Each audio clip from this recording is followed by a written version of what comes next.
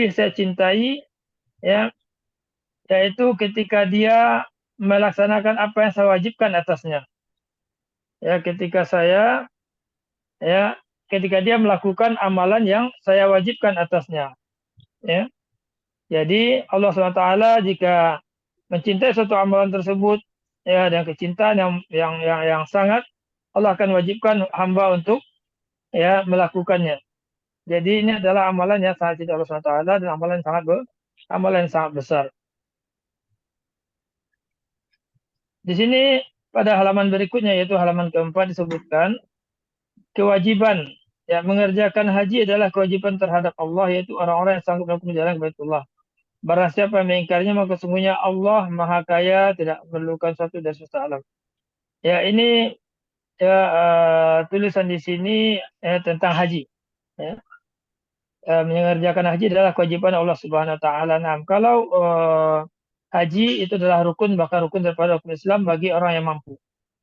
Ya, dan ibadah umroh, ya, termasuk daripada amalan yang wajib juga, tetapi tidak sampai kepada derajat rukun daripada rukun Islam, tapi merupakan suatu hal yang juga diwajibkan bagi orang yang mampu dengan dalil-dalil telah sebutkan tadi.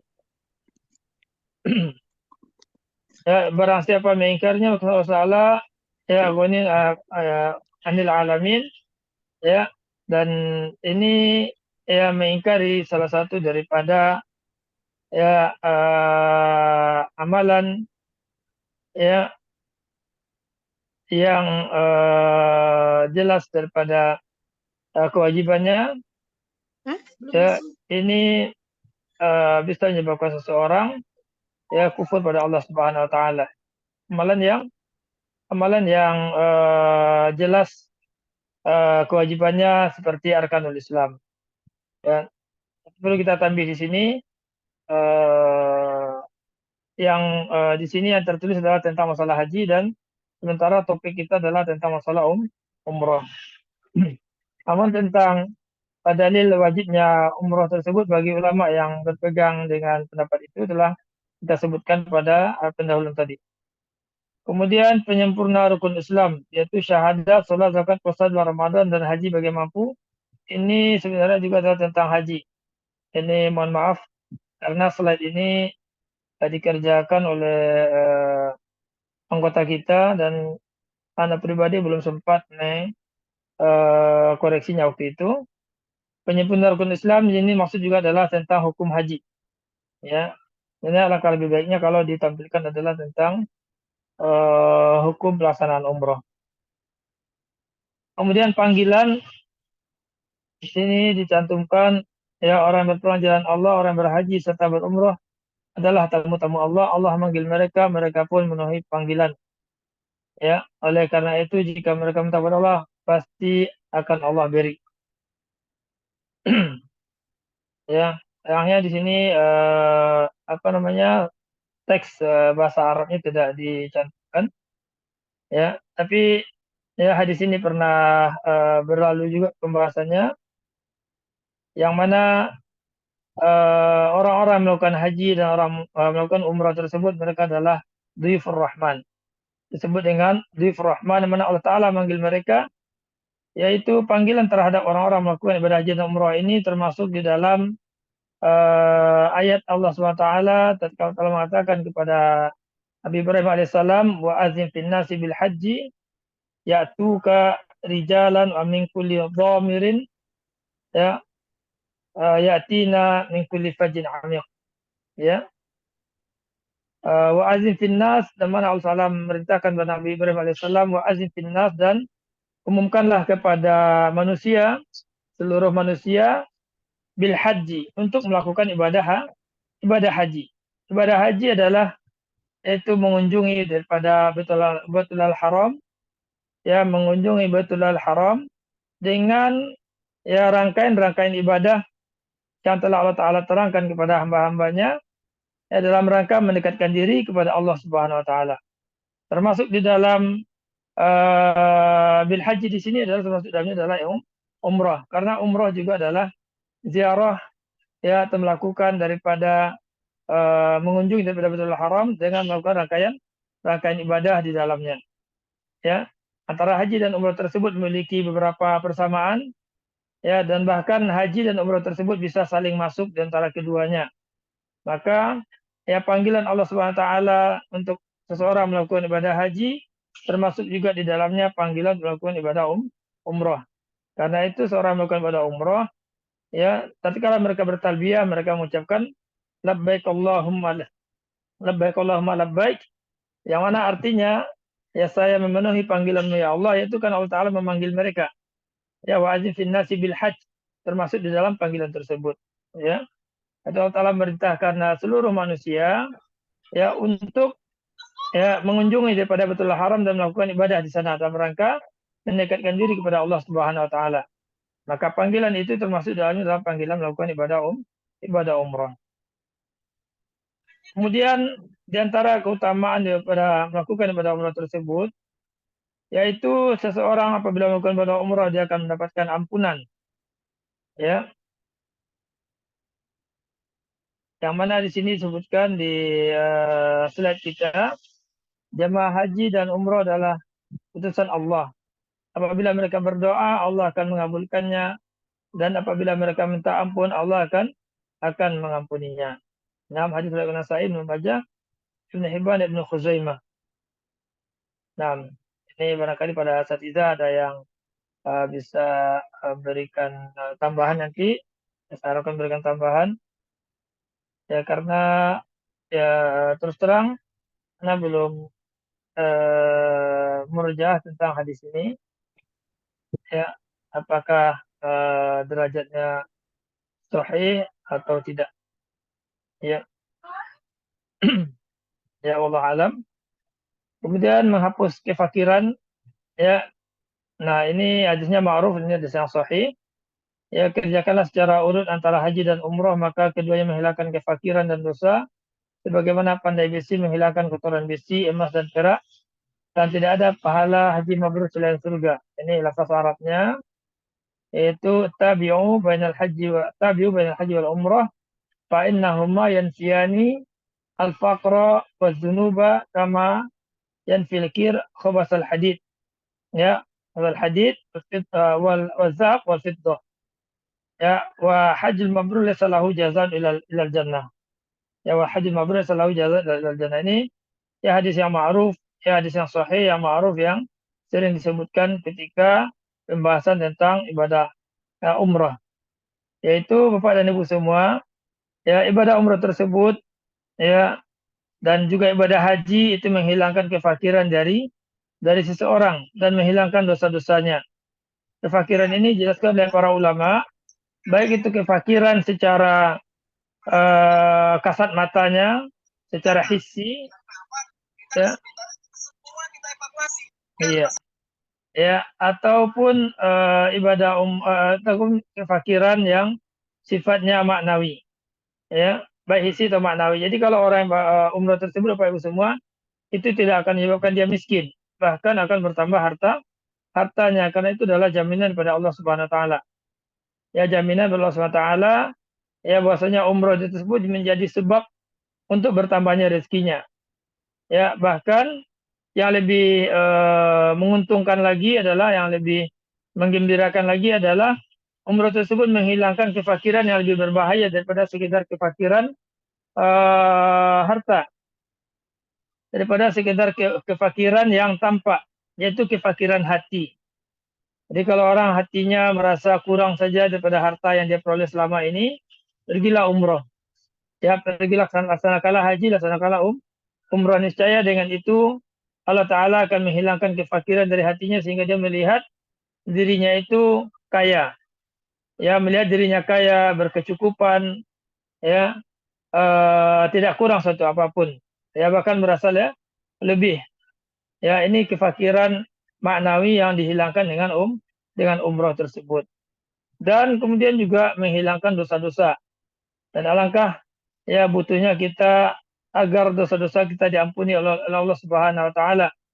Karena dosa-dosa tersebut apabila dia semakin bertumpuk-tumpuk, maka itu akan menyebabkan timbangan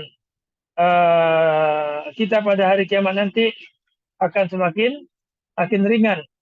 Ya, akan semakin ringan. Yang akan menyebabkan ya seseorang yang ringan timbangan kebaikannya yang menjadi penyebab bagi dia untuk kemudian masuk ke dalam neraka dalam rangka menghapus dosanya.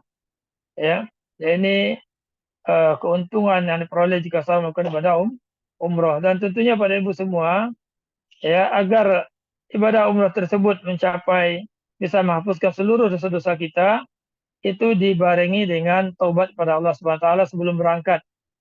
Ya, sebelum berangkat umroh kita hendaklah bertobat kepada Allah Subhanahu wa taala dari seluruh dosa-dosa kita sehingga Allah taala kemudian mengampuni kita baik dosa-dosa besarnya maupun dosa-dosa kecilnya. Ya. Karena jika dosa-dosa itu dosa besar itu ya pengampunannya mestilah dengan bertobat kepada Allah Subhanahu wa taala, tidak cukup dengan sekedar umroh saja. Tidak cukup dengan sekedar umroh saja karena dosa-dosa besar itu untuk mendapatkan ampunan Allah adalah dengan bertobat daripada dosa-dosa besar tersebut. Nah, kemudian ya ikhlas karena Allah, ya ini hal yang paling penting perhatikan seorang muslim ketika dia hendak melakukan ibadah umrah adalah hendaklah dia melakukan semua itu semata-mata karena Allah saja, ya, karena Allah saja. Nah, ini tadi ada komentar dari salah seorang, kenapa kita tidak slide yang lama, ya? Qadarullah ini dibagikan slide yang panjang. Ya nggak apa-apa. Ini waktu kita tinggal 4 menit lagi ya. Kemudian kita lanjutkan, tidak ada batasan. Saya ringkaskan saja. Ya, inilah perbedaan antara ibadah umroh dengan haji. Haji itu dilaksanakan adalah satu kali setahun pada bulan-bulan haji, pada Ashurul Hajj.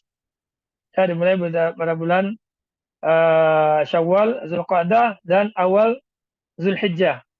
Itu waktu pelaksanaan ibadah haji. Adapun umroh maka dilaksanakan ya sepanjang tahun.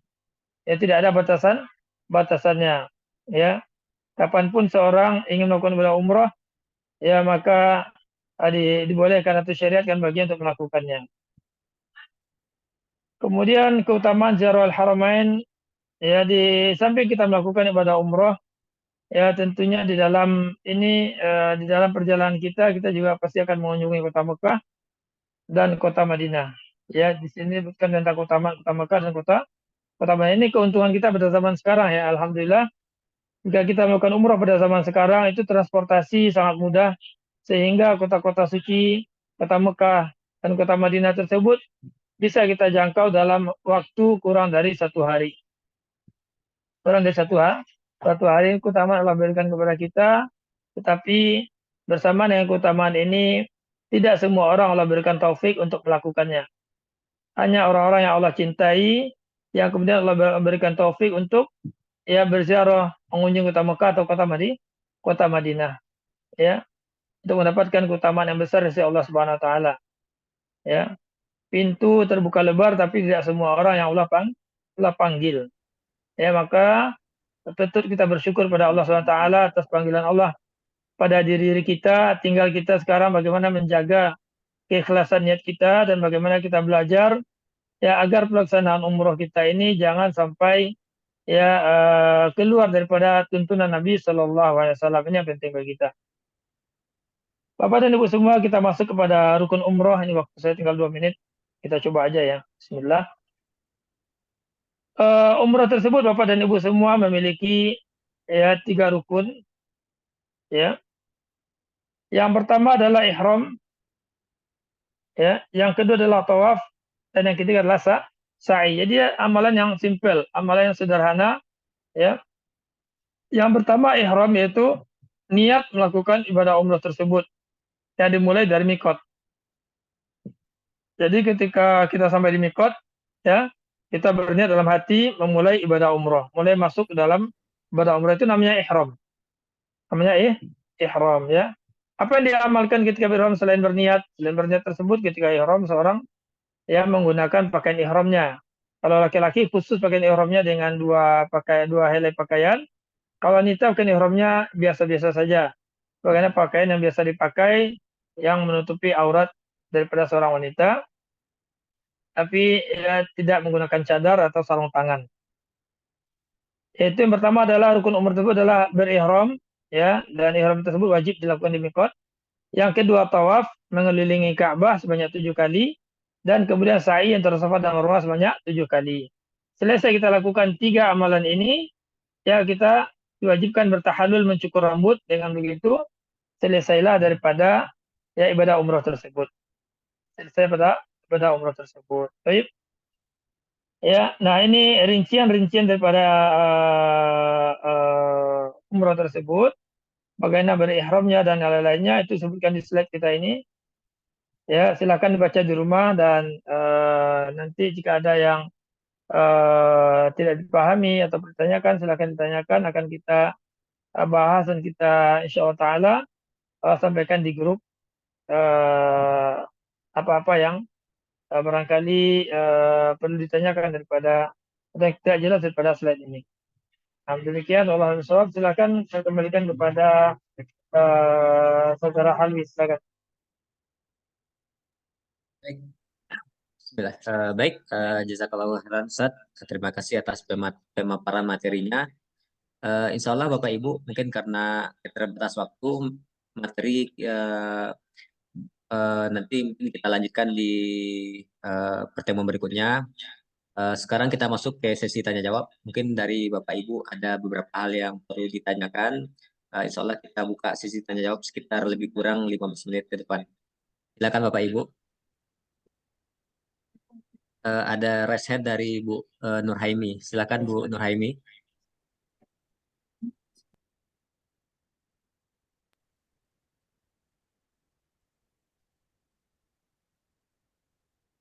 Silakan Bu.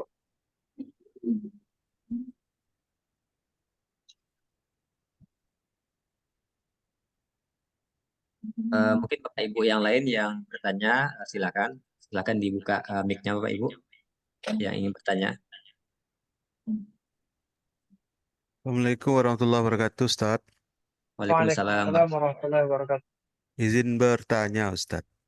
Silakan, Adakah doa khusus untuk berangkat umrah, beranjak dari rumah ke bandara atau dari tempat kediaman ke menuju bandara itu, Ustaz? Baik, langsung saya jawab. Ya, doa khusus untuk melakukan ibadah umroh ini adalah sama dengan doa perjalanan secara umum juga. Karena umroh kita ini adalah safar, maka kita berdoa Allah SWT sebagaimana doa yang kita baca ketika safar. Ya, Allahumma inna nas'aluka fi safarina hadza al-birra wa taqwa min al-amali ma tarda. Allahumma hawwin alaina safarna hadza wa tfi 'anna ba'dahu. Allahumma anta sahibu fi safar wal khalifatu fil ahl. Allahumma inna na'udzubika min wa'sa'i safar wa ka'abatil manzal wa su'il munqalab fil bali wal ahl. Ya, itu karena kita melakukan ibadah umroh tersebut adalah dengan melakukan safar, maka dianjurkan bagi kita untuk membaca doa safar tersebut.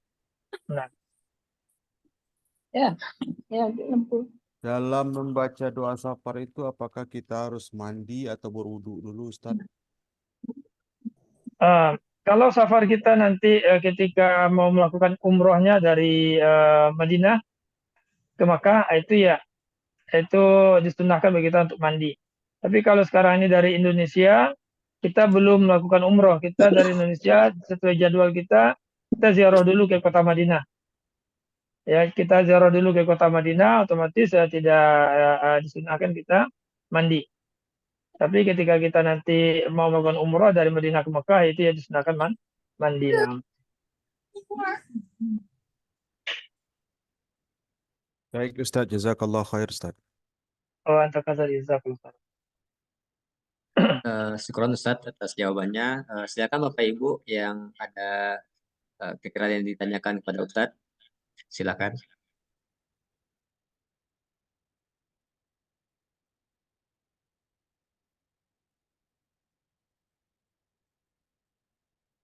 Ya, ini alhamdulillah. Boleh satu lagi bertanya, Ustaz? Ya, silakan, Pak. Apakah ada di zaman Rasulullah atau sahabat seperti acara sebelum berangkat umrah itu walimatus safar? Walimatus safar biasa kan saya lihat tuh tangga, ada yang walimatu safar. Apakah kita disunahkan atau gimana, Ustaz? Nah, ya, jika kalau itu anak nggak tahu hukumnya, Allah alam. Nggak tahu hukumnya. Tetapi ya orang-orang yang safar, jika dia mau melepas saudaranya safar, disunahkan bagi dia untuk saling mendoakan, ya itu mengucapkan ya astaudiullah dinak wa amanatak wa akhwati ma'amalik. Dan orang yang akan berangkat disunahkan bagi dia untuk mengucapkan ya astaudiukumullah allazi la tadi'u wada'uhu. Ya itu disunahkan, aman disunahkan ketika seorang akan safar. Kemudian disunahkan juga ketika akan safar tersebut ya membacakan surat wal asr ya sampai akhir dalam rangka ya mengingatkan baik orang yang safar atau orang yang ditinggalkan bahwasanya ya yang dituntut dari seseorang di dalam hari-harinya itu adalah bagaimana dia mengisinya dengan amal soleh.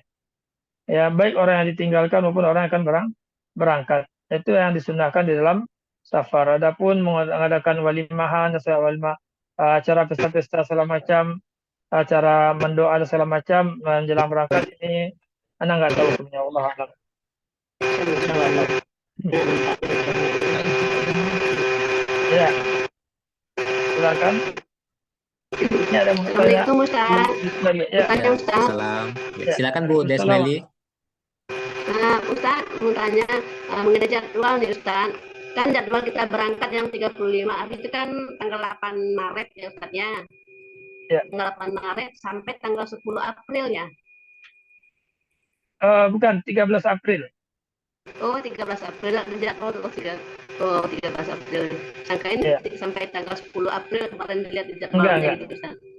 Oh gitu, Oh iya. enggak. Berarti Syawal di sana kita 3 hari gitu ya Ustaz ya. Ya. Ya, soalnya kan satu Syawal kan 10 April ya. Iya. Oh iya. Ya kita menghindari kecuali kalau programnya sekarang ini di Syawal kita pulangnya insyaallah. Ya di Syawal pulangnya. Artinya kita sholat Idnya di sana. Tapi kemudian kita baru membuka program yang baru juga jika nanti ada jemaah-jemaah atau kan saudaranya yang mau Id di Indonesia. Ini program baru yang sampai akhir Ramadan tapi sholat Idnya di Indonesia. Ya. Ini ada program baru. Tapi kalau program kita yang sekarang ini Syawalnya kita Idnya semuanya di Arab Saudi ya, di Mekah. Ya, Ya, syukur Ustaz. Apa? Silakan Habib. Ya, ada pertanyaan Ustaz dari Pak Adari. Kapan ada lagi praktek secara langsung? Ya, insya Allah mungkin dimatikan dulu yang mic yang lain. Ya. Dimatikan dulu Habib. Mic yang lain matikan dulu. Tolong ada Roy. Bu Yusmeli, barangkali mic-nya dimatikan dulu Bu Yusmeli. Ya. Baik. Ya, untuk praktek manasik, insya Allah kita masih banyak waktu ya untuk ke bulan Maret itu ada 1 bulan lebih. Ya, insya Allah akan kita jadwalkan untuk praktik secara langsung, baik yang di Sumatera maupun yang di Jawa, insya Allah Ta'ala. Ya, untuk pematerinya nanti bukan hanya saya, tapi di beberapa orang ustadz kita yang lainnya juga, ya, yang akan kita minta kesediaannya untuk mengajarkan praktek daripada manasik umroh. Ya, insya Allah Ta'ala. Jadi jangan khawatir, kita akan adakan praktek secara offline, insya Allah. Nah, cuman hanya saja begini, untuk Ramadan ini mayoritas kita sebenarnya udah pernah umroh sebelumnya. Ya, pernah umroh sebelumnya. Ya, jadi kalau misalnya nanti kita melakukan praktek offline-nya, nanti banyak yang tidak hadir karena kalau sudah juga tidak masalah. Ya. Nah, bagi yang belum atau yang pengen murojaah, pengen mengetahui lagi, insya Allah kita akan fasilitasi untuk praktek secara offline, insya Allah Ta'ala. Silakan, Abi, ada Bu. Mungkin pertanyaan dari kami, Ustaz. Kira-kira nanti Ustaz kalau di Madinah akan diadakan manasik kembali nggak Ustaz sebelum umroh? Iya, itu pasti ya. Setiap sebelum berangkat itu ada diadakan kembali ya untuk mengingatkan pada beberapa tersebut. Nah, yang penting di sini dari pengalaman saya pribadi, Bapak dan Ibu semua, yang penting itu kalau bisa bawa buku saku yang berisi doa-doa yang bisa dibaca ketika kita umroh. Maksudnya doa-doa yang warid daripada sunnah Nabi SAW atau dari Al-Quran. Ya, karena ibadah umroh tersebut ya itu dianjurkan untuk mengisi sebanyak mungkin dengan doa-doa, dengan membaca Al-Quran, membaca zikir-zikir gitu. Jadi bagus jika kita belum hafal zikir-zikir, tapi tidak ada pengkhususan zikir gitu ya. Tidak ada pengkhususan doa dengan putaran tertentu, tidak ada pengkhususan. Tetapi dengan kita ada buku yang berisi doa-doa yang sahih dari sunnah Nabi SAW atau dari Al-Quran, ya itu bagus untuk kita baca sambil kita tawaf, sambil kita sa'i begitu ya. Kalau kita belum hafal, kalau hafal lebih bagus lagi, ya. Adapun itu yang doa-doanya secara umum begitu ya. Secara bila kita baca doa yang mana saja, tidak ada pengkhususan doa tertentu begitu. Nah, ini yang penting mungkin bukunya dibawa begitu. Nah, silakan yang lain. Ada pertanyaan dari Bu Linda. Silakan Bu Linda. Linda. Assalamualaikum Ustadz. Waalaikumsalam warahmatullahi wabarakatuh. Mau nanya nih Ustadz, kita kan fokusnya kan itikaf itu. Jadi Ya. saya pernah dapat inilah potongan ceramah. Kalau itikaf otomatis kita kan disarankan sering-sering keluar dari Masjidil Haram. Sementara kita statusnya kalau di Masjidil Haram, kamar mandi itu kan agak jauh tuh, ada yang dekat SAI, ada yang di dekat eskalator, istilahnya tuh tidak terlalu banyak. Jaraknya kan jauh-jauh dari titik kita, misalnya di mana kita duduk itikaf. Kalau seandainya kita keluar, hukumnya ke penginapan, hukumnya gimana Ustadz? Apakah masih sah itikaf kita itu Ustadz? Iya. Jadi etikaf itu dianjurkan tidak meninggalkan tempat etikafnya gitu ya. Dianjurkan tidak meninggalkan tempat etikafnya. Dianjurkan kita berdiam diri di sana. Nah, untuk perihal mandi, ya mandi ini disebutkan oleh para ulama, Syekh Muhammad Shalih Al-Utsaimin rahimahullah taala dan yang lainnya. Ya, dilihat dulu mandinya nih mandi dalam rangka apa begitu ya. Kalau mandi misalnya karena mimpi basah segala macam berarti wajib ya. Wajib dia pergi mandi. Baik itu kalau misalnya di haram tersebut bisa mandi di sana, antri memungkinkan untuk mandi di sana. Ya, tempat yang terdekat yang memungkinkan untuk dia. Tapi kalau seandainya tidak memungkinkan di sana, penuh sesak, menunggu, ya pergi ke tempat apartemen kita nggak masalah. Ya, karena apartemen kita alhamdulillah tergolong dekat juga. Ya, tetapi ketika mandi, ya selesai mandi jangan ngobrol, jangan duduk, jangan tidur pula duduk di apartemen. Ya, kalau kita ngobrol, duduk di apartemen itu bisa merusak etikaf kita, bisa membatalkan etikaf kita begitu. Ya. Jadi hanya sekedar mandi saja di apartemen itu jika mandi wajib. Kemudian kalau mandinya bukan mandi wajib gimana? Ya, bukan mandi wajib gimana? Dijelaskan oleh para ulama. Kalau mandinya itu karena badan kita menimbulkan bau, ya dan mengganggu orang lain, nah itu kita ya lebih baik mandi karena itu ya bisa mengganggu orang lain, bahkan bisa dikatakan wajib atau sekurang-kurangnya adalah ya makruh kita tidak mandi, untuk tidak mandi ya. Artinya mustahab dianjurkan kita untuk mandi jika kondisi badan kita tersebut bau ya, bau dan mengganggu orang lain. Itu ya walaupun mandinya juga di apartemen boleh. Ya, dengan catatan mandi di apartemen jangan kemudian dilanjutkan dengan ngobrol atau melakukan hal-hal yang bertentangan dengan makna etikaf kita. Ya, makna etikaf kita. Gitu. Ya, boleh di haram, boleh di apartemen kita. Nah, ini bagi orang yang melakukan etikaf, khususnya melakukan etikaf full penuh 10 hari terakhir misalnya.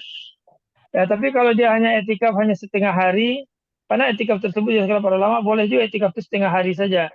Ya, setengah hari maksudnya 1 hari saja, yaitu dari sebelum fajar sampai terbenam matahari. Itu boleh etikaf melama periode itu. Atau etikafnya malam saja. Ya, dari sebelum maghrib, ya masuk di etikaf maghrib, sebelum maghrib sampai ya terbit fajar, sholat subuh. Kemudian dia kembali ke apartemennya. Jadi ngambil etikafnya itu sebahagian daripada sebagian daripada 1 malam saja atau 1 hari aja, itu siang saja. Ya boleh. Kalau demikian itu nggak masalah dia kemudian tidur di apartemennya nggak masalah. Ya tergantung dia. Tapi kalau niatnya mau 10 hari berturut-turut, ya itu jangan tidur di apartemen.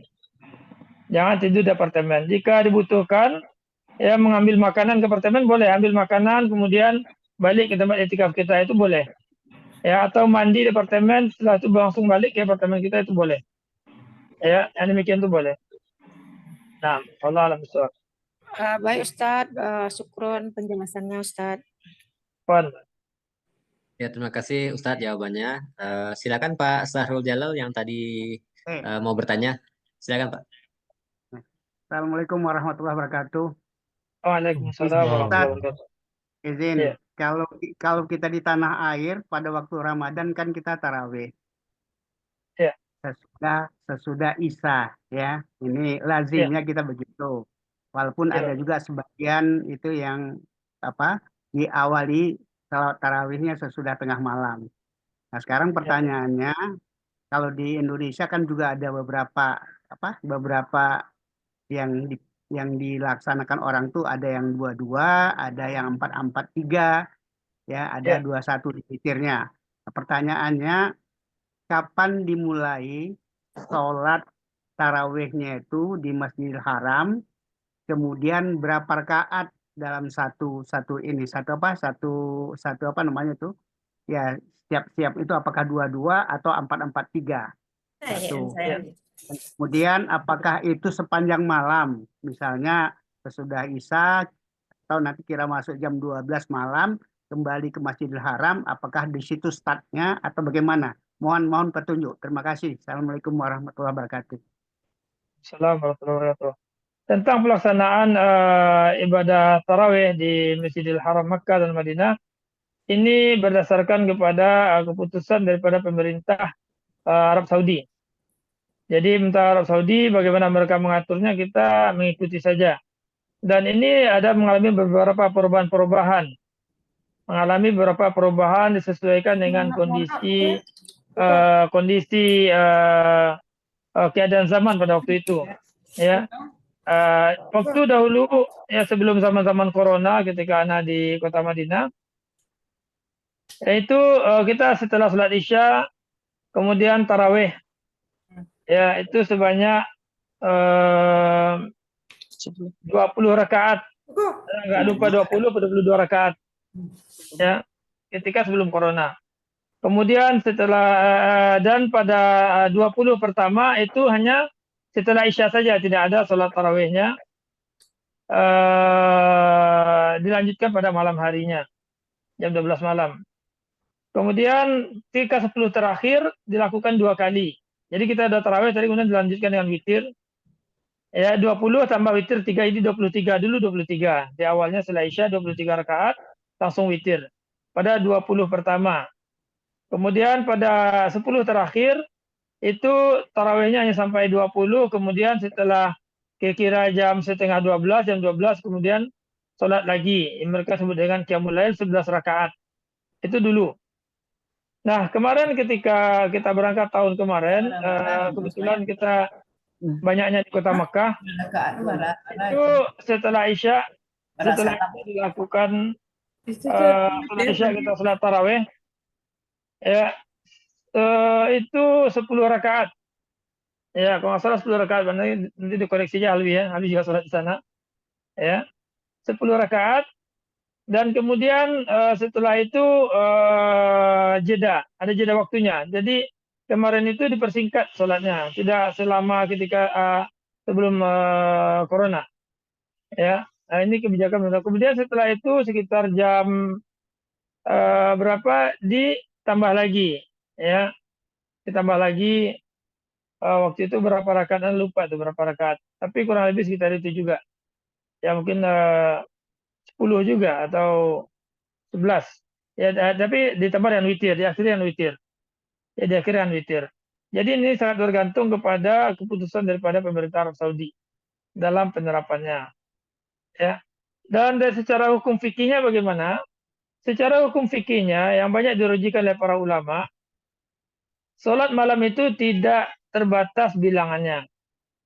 Ya, sebagaimana dikatakan oleh Nabi SAW, sholatul laili ya masna masna. Ya, sholat malam itu adalah 2 rakaat, 2 rakaat. Ya, masna mas 2 rakaat.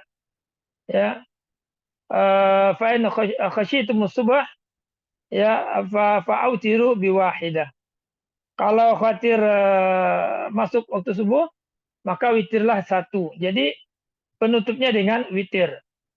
Ya, salat malam itu 2-2.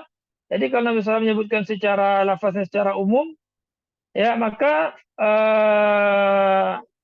tidak dibatasi dengan bilangan tertentu. Jadi boleh 22 sampai 22, ya sampai ya lebih dari 22 itu boleh. Dan itu diamalkan oleh para sahabat Nabi SAW juga. Ya. Lalu bagaimana dengan amalan Nabi SAW? Ya paling banyaknya diriwayatkan kepada beliau yang sahih adalah beliau salat malamnya itu adalah 11 rakaat. Ya, tambah 2 rakaat khafifah sebelum ketika baru bangun. Ya, dan kemudian salat malamnya 11 rakaat. Tetapi amalan Nabi SAW tersebut ya bukanlah berarti menunjukkan tidak bolehnya lebih daripada itu, karena itulah kemudian para sahabat Nabi SAW dan juga para ulama yang setelah zaman generasi sahabat ada melakukan ya lebih daripada 11 rakaat. Nah, jadi demikian. Nah, jadi kita mengikuti bagaimana kebijakan dari pemerintah Saudi, yang jelas pasti lebih daripada 11 rakaat. Ya, ini yang biasa dilakukan di Masjid Nabawi dan Masjid Haram Makkah.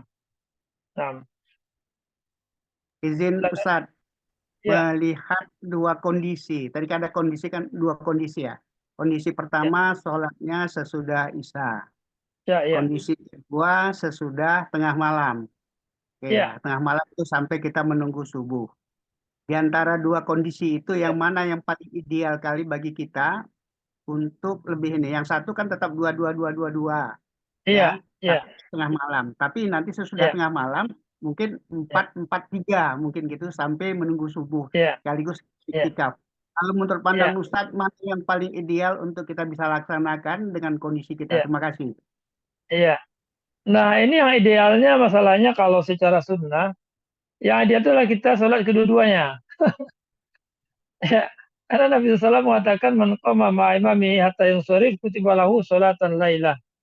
Barang siapa sholat bersama imamnya sampai imamnya selesai, dicatatkan bagi dia sholat semalam suntuk. Jadi kalau imam kita ada 2, ya kita sholat kedua-duanya gitu. Tapi kalau seandainya tidak mungkin karena harus memilih salah satu, ya pilih yang kita lebih khusyuk di dalamnya, yang lebih cocok dengan kondisi badan kita. Ya, itu yang lebih lebih sempurna bagi kita dalam melakukannya. Ya, kalau misalnya kita merasa sanggup untuk melakukan yang setelah Isya, bukan setelah Isya ya, melakukan sanggup untuk melakukan yang di akhir yang sesi kedua, ya, Allah alam ya. Jadi jika pilihannya memang harus memilih antara 2, rata-rata itu yang lebih bagus. Ya, yang ditutup dengan witir bersama imam yang kedua. Ya, jadi istirahat dulu, kemudian kita ikut sesi yang kedua agar witir bersama imam. Ya, dan itu rakaat sholatnya adalah lebih menyerupai daripada rakaat sholat Nabi SAW. Ya, tetapi yang rojihnya jika mampu mengumpulkan kedua-duanya adalah mengumpulkan kedua-duanya. Ini yang sering disampaikan oleh para ulama, termasuk para ulama yang mengkritik orang-orang yang meninggalkan imam yang kedua, hanya imam pertama saja. Nah, begitu Pak ya. Allah. Jadi mohon maaf ini sekaligus juga untuk bisa berkonsultasi. Andai Ya, kata karena kebiasaan kita itu sholatnya 8 rakaat dengan 4-4, tapi pada saat kita mengambil sesudah sholat Isya itu adalah hanya 8 rakaat, kemudian kita kembali ke hotel, nanti kan akan kita tutup pada waktu imam kedua dengan mengambil witirnya saja. Itu apakah memang itu dilazimkan atau tidak gitu kan. Jadi kita tidak mengambil sampai katakanlah 23. Artinya kita Ya, tutup kita tidak mengikuti witir kepada imam pertama, tapi kita ikut witir ke imam kedua. Nah, iya, iya. karena Iya, bagaimanapun jadi fisik kita kan tidak mungkin kita bisa seperti itu iya, ya iya. kira-kira. Ya, apalagi yang pergi ke Sudah sana itu tua-tua. pada uzur semua ya, Ya, di ya. atas Maka 60 ya jadi rata-rata itu.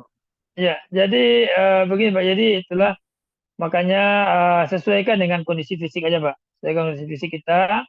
Karena qiyamul tersebut hukumnya adalah mustahab. Ya, mustahab adalah amalan yang sunnah sifatnya adalah tambahan bagi kita. Ya, jadi yang lebih baik bagi itu adalah menyesuaikan dengan kondisi kita, jangan memaksakan diri. Ya, itu Pak kira-kira yang lebih baik Pak. Kalau misalnya tadi Bapak ikut yang pertama, ya lebih baik Bapak, iya boleh Bapak witir di rumah aja juga nggak apa-apa Pak. Witir di rumah juga nggak apa-apa. Kalau Pak mau kembali ke haram juga nggak apa-apa. Gitu.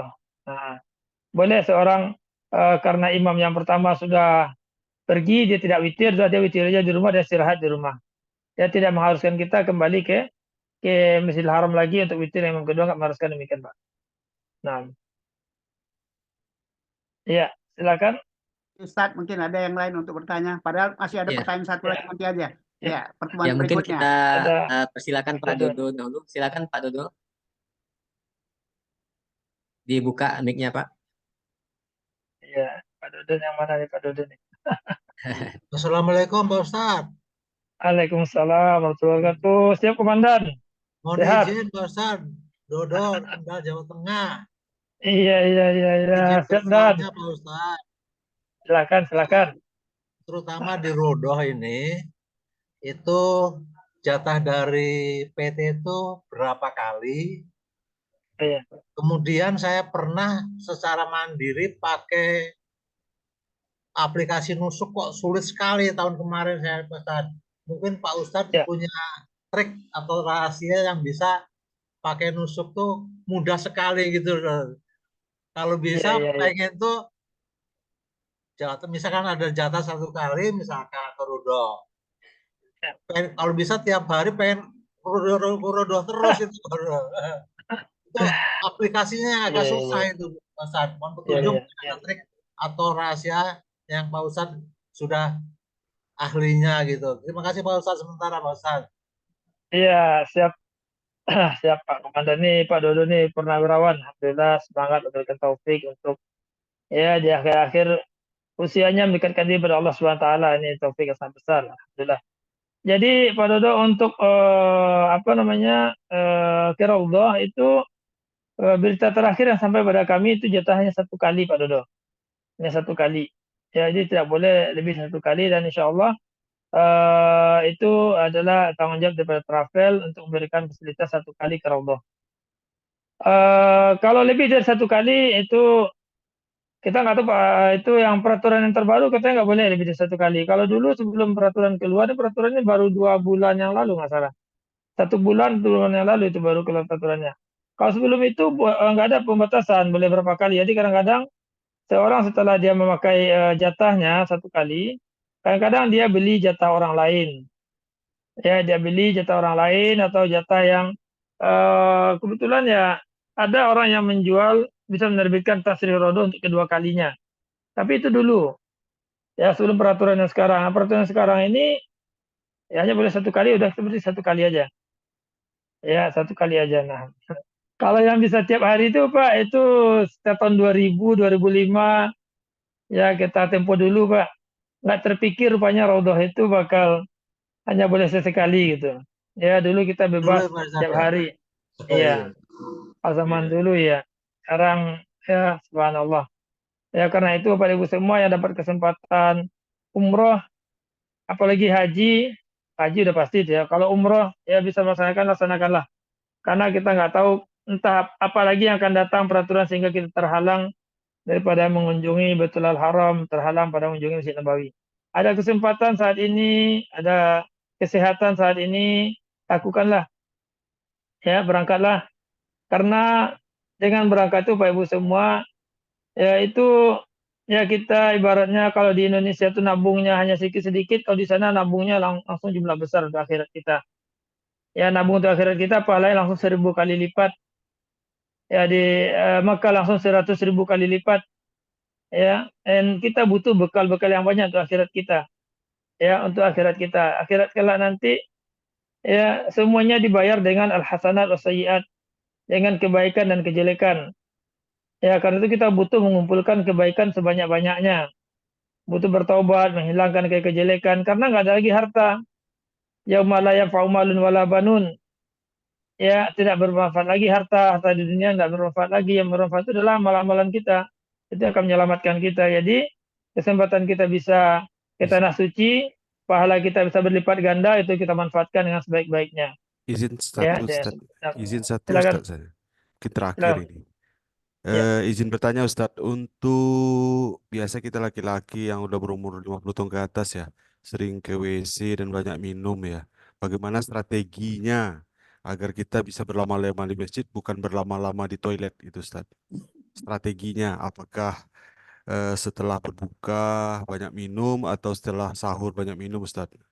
Syukran jazakallah khair. Barakallahu fiik. Nah, ini tips ini. Kalau pengalaman kita kemarin itu memang cukup menyedihkan juga, Pak. Kalau saya cukup menyedihkan. Jadi dari tempat kita itu yang paling dekat itu kita nanti itikafnya adalah di Tausiah Malik Abdullah, perluasan Malik Abdullah. Di situ ada kamar mandinya, ada semua alhamdulillah lengkap. Cuman memang ada jam pembagian jam-jamnya gitu. Jadi ada jam ditutup, ada jam dibuka. Jadi kalau jamnya ditutup, otomatis kalau kita sudah terlanjur ke WC, kita nggak bisa balik lagi ke atas. Kita harus nunggu lagi. Jadi makanya kita di waktu itu berupaya mengurangi, jangan kencing dulu, ya, atau ya agak ditahan-tahan dikit dulu sampai jamnya itu memang gimana ya, dalam kondisi yang ramai seperti itu, ya barangkali mungkin kita minum tidak terlalu banyak dulu, ya minum tidak terlalu banyak, atau kalau misalnya apa kita cari tempat-tempat yang agak dekat dengan itu yang agak dekat dengan WC-nya begitu. Izin Ustaz. Iya. Kalau kita bawa kayak penampung buang air kecil bagi laki-laki, terus kita buang di tempat wudhu yang langsung ke parit, itu gimana Ustaz? Apakah bisa strategi itu? Itu saya belum pernah coba, tapi kayaknya itu agak riskan. Soalnya banyak penjaga, Pak. Banyak penjaga. Agak riskan memang. Tapi insya Allah nanti kita akan coba koordinasi di lapangan untuk kondisi yang ke depan. Dan juga terima kasih banyak atas pertanyaan Bapak ini. Nanti saya akan musyawarah dengan kawan yang ada pernah berangkat juga. Nanti kita akan sampaikan tipsnya di grup insya Allah. Ya, tolong dicatat Alwi. Ya Ustaz, semoga Ya. kita lama di masjid bukan di toilet Ustaz ya. Iya, ya, amin, amin. Pak Ustadz mau nanya Pak Ustadz. Assalamualaikum warahmatullahi wabarakatuh. Assalamualaikum warahmatullahi wabarakatuh. Silakan Bu Eli Tasliati. Iya, ini Pak Ustadz, kita kan kalau umroh itu misalnya dari Madinah ke Mekah, kita kan mikot sekali di Bir Ali atau di mana ya Pak Ustadz ya. Nah itu kan ya, umrohnya rombongan kan. Itu sekali atau ada beberapa kali yang difasilitasin oleh travel ini Pak Ustadz? Kalau di travel satu kali, Bu. Satu kali. Tapi aja, kalau ya. satu kali. Kalau jemaah ingin umroh nanti khususnya apabila dia mukim di Madinah, ya, atau ketika datang bulan Ramadan mau umroh lagi, itu insya Allah akan dibantu oleh tim kita. Ya, dibantu tim kita. Cuma nanti, cuma nanti taksinya mungkin nanti patungan bayarnya. Oh iya ya Pak. Tapi Jadi tim yang ada yang bantu. Iya. Ya wajib sekali aja ya Pak Ustadz, yang baru datang itu aja ya Pak Ustadz, dari Mekah ke Madinah kita mikot terus langsung ya. Oh iya iya Pak Ustadz. Kurang Pak Ustadz. Apa?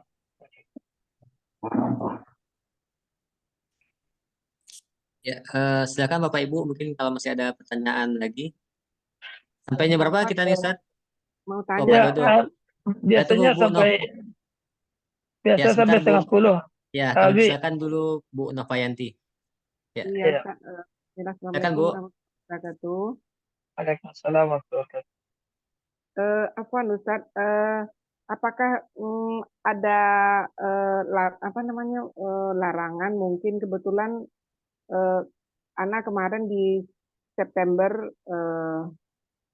umroh.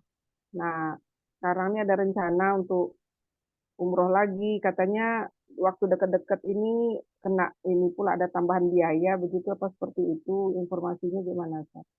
Assalamualaikum warahmatullahi wabarakatuh. Waalaikumsalam warahmatullahi wabarakatuh. Sepanjang pengalaman kami nggak ada, Bu. Nggak ada. Ya, Alhamdulillah. alhamdulillah ya. Teman-teman kita ada yang sekarang di Mekah Madinah. Alhamdulillah kalau mereka umroh lebih dari sekali pun masih bisa. Oh iya, karena katanya waktunya masih berdekatan, makanya kena penalti katanya, ada tambahan biaya. Enggak begitu ya? Enggak, salah nggak ada. Syukran informasinya, Ustaz. Assalamualaikum Apa? warahmatullahi Waalaikumsalam.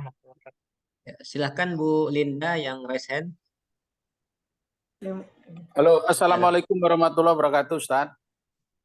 Assalamualaikum warahmatullahi wabarakatuh. Ya, kami suaminya nih, Ustaz. Iya. Ya, Ustaz. Mohon nanti habis kita Zoom ini, Ustaz, bisa dikirimkan untuk semacam skedulnya gitu, Ustaz, yang tertata, misalnya dari awal sampai akhir di perjalanan kita gitu. Jadi kita juga punya panduan gitu maksudnya. Misalnya hari pertama, kedua kita apa kegiatan kita dan seterusnya gitu. Ya. Ya. Baik, insya Allah Pak. Insya Allah mungkin dalam waktu 1-2 hari ini kami terbitkan insya Allah. Oke, kemudian yang kedua, kebetulan kan memang ini pertama kali kami yang program Itikaf ikut. Jadi sebelumnya itu kita reguler biasa aja, Ustaz. Jadi untuk di Itikaf Ramadan ini insya Allah mudah-mudahan Allah mengijabah niat kita. Jadi mungkin ini pertama kali kami ikut yang Itikaf. Jadi kebetulan kami kawan-kawan dari Pekanbaru itu ada beberapa orang nanti yang dikoordinir oleh Akhi Wan Ahmad kemarin. Jadi kedepannya mungkin kami perlu juga koordinasi sama kawan-kawan internal kami yang di Pekanbaru. Rencananya seperti itu. Nanti kalau ada hal-hal yang perlu ditanyakan, ya mungkin kami akan tanyakan gitu, Ustaz. Iya. Boleh Pak, silakan Masya Allah. Ya. Oke, mungkin itu aja dari kami, Ustaz. Terima kasih. Jazakallahu khairan, Ustaz. Iya, barakallahu fiik. Untuk etikaf di Masjidil Haram Makkah, alhamdulillah kalau pengalaman tahun kemarin itu alhamdulillah cukup bagus ya, cukup menyenangkan. Ya, ada tempat etikaf yang dibuka untuk orang umum gitu ya. Jadi walaupun dia tidak terdaftar, ya ada tempat etikafnya. Ya, alhamdulillah. Ya, dan alhamdulillah lancar semua. Apalagi kalau apartemen kita cukup dekat, kalau misalnya nanti badan kita kurang sehat segala macam, kita bisa langsung istirahat di apartemen. Ya, itu keutamaan apartemen yang dekat. Ya, alhamdulillah. Baik. Silakan Halwi. Ya, ada pertanyaan dari chat, Ustaz, dari Bu Suci. Iya, Setelah sholat wajib, kalau akan sholat ba'diyah, ada sholat jenazah. Mana yang didahulukan, Ustaz? Sholat jenazah dulu. Ya, sholat jenazah dulu, setelahnya kita sholat ba'diyah. Jenazah ya. Nah. Selanjutnya Pak Dodo tadi ya, Pak Dodo. Mau nanya lagi Pak, silakan Pak. Pak Ustadz. Ya, Pak. Paket yang 2,5 bulan, siapa tuh? Iya. Nah, kemudian rencana sesuai jadwal kan tanggal 3 berangkat. Iya. Berarti masa pemilu kan kami berada di Mekah ya. Iya. Saya sudah membuat surat pindah nyoblos di sana. Iya. Katanya nyoblosnya di Jeddah. Iya. Itu dari Mekah ke Jeddah tuh berapa kilo? Mohon petunjuk. Apakah ada yang dampingi atau bagaimana? Mohon petunjuk Pak Ustadz. Karena saya tidak tahu dari Mekah ke Jeddah tuh naik apa, bagaimana kan belum tahu sama sekali. Mohon petunjuk Pak Ustadz. Terima kasih Pak Ustadz. Baik. Ya, terima kasih. Untuk pemilu, kalau memang surat-surat Bapak sudah lengkap dan kemudian artinya memang diberikan izin untuk mendapat kertas suara di sana, ya itu insya Allah kita akan bantu nanti untuk berangkatnya.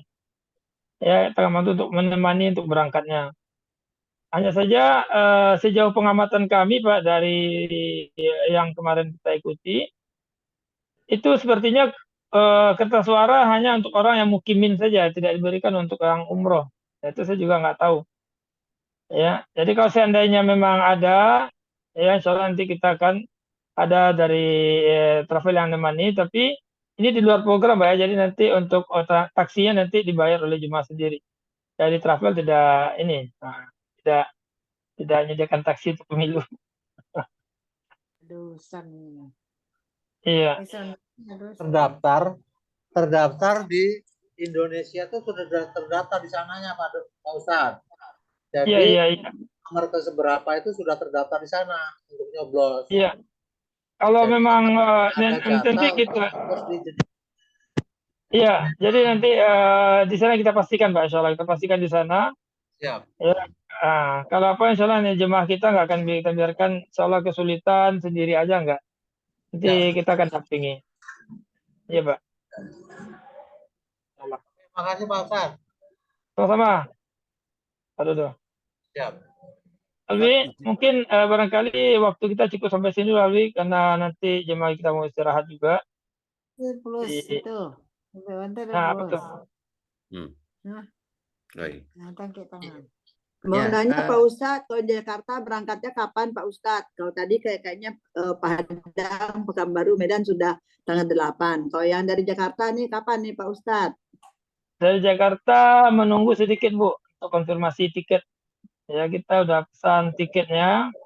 Ya. Jadi masih ada beberapa pilihan. Ada kemungkinan kita pakai Saudi Airlines juga. Kita udah booking juga. Ya.